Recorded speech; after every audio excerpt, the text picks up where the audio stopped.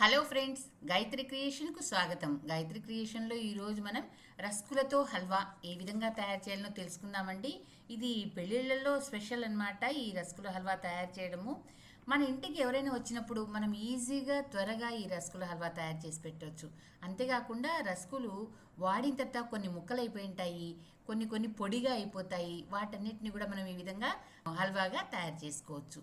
నేను ఒక 10 రస్కులను తీసుకున్నానండి. దాని తగినంత ద్రాక్ష, గోడంబి, చక్కెర, యాలకుల పొడి, ఇవన్నీ వేయించుకోవడానికి నెయ్యి.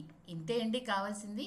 ఇప్పుడు మనం ఈ రస్కుల హల్వా ఏ విధంగా తయారు చేయాలనో తెలుసుకుందాం. ముందుగా రస్కులను మరీ మెత్తగా కాకుండా కొంచెం బరకగా దీన్ని ఈ విధంగా దంచుకుందాం. మిక్సీలో వేసుకుంటే మెత్తగా అయిపోతుందండి, అక్కర్లేదు. చిన్న రోలు ఉన్నా సరే, ఇలా పీట మీద అయినా సరే అలా ముక్కలుగా బరకగా అన్నీ దంచేసుకుందాం. ఇలా అన్ని దంచేసుకున్నామండి. మన ఇంట్లో ఏదో ఒక గ్లాస్ ఉంటుంది కదా, ఆ గ్లాస్తో కొలత తీసుకుందాం. నాకు ఈ గ్లాస్తో 1 గ్లాసు రస్కుల పొడి తయారైంది. నేను 3/4 గ్లాసు చక్కెరను తీసుకున్నాను. మీకు తీపి ఎక్కువ కావాలనుకుంటే 1 గ్లాస్ తీసుకోవచ్చు, తక్కువ అంటే అది రుచిని బట్టి తీసుకోండి. చక్కెర 1.5 గ్లాసు నీళ్ళని తీసుకున్నాను. 1 గ్లాసు రస్కుల పొడి అయితే 1.5 గ్లాసు నీళ్లు. అలాగే ద్రాక్ష, గోడంబి, యాలకుల పొడి.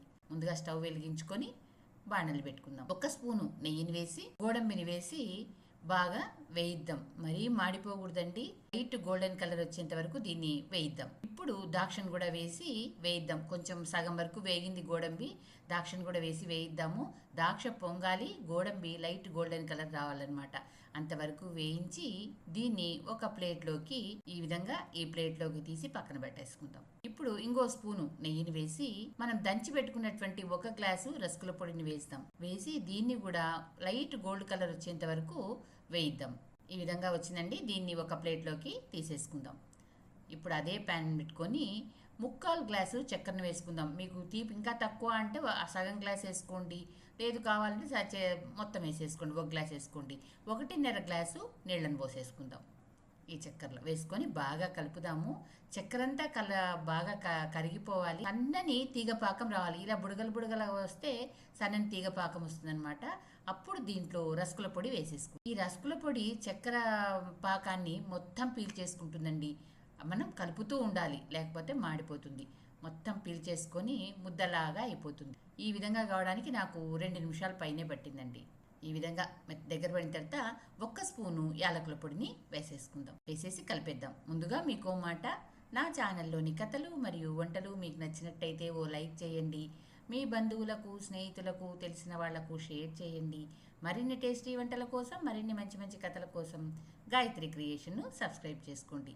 ఈ విధంగా మొత్తం హల్వా అంతా దగ్గర పడేంత వరకు కలపాలి. మిగిలిన సగం మన గార్నిష్కు పనికొస్తుంది అనమాట. సగం వేసేసుకొని బాగా కలిపేద్దాం. మూత పెట్టేసి స్టవ్ ఆఫ్ చేసేద్దాం. ఇంకా సర్వింగ్ బౌల్లోకి తీసుకోవడమే. ఈ రస్కు హల్వా మీరు కూడా తయారు చేసి మీకు ఎలా కుదిరిందో నాకు కామెంట్స్ రూపంలో తెలపండి. చివరగా మనము మిగిలినటువంటి డ్రై ఫ్రూట్స్ను గార్నిష్ చేసుకుందాం. ఇంతే అండి, ఈజీగా తయారు చేసుకోవచ్చు. Thank you for watching.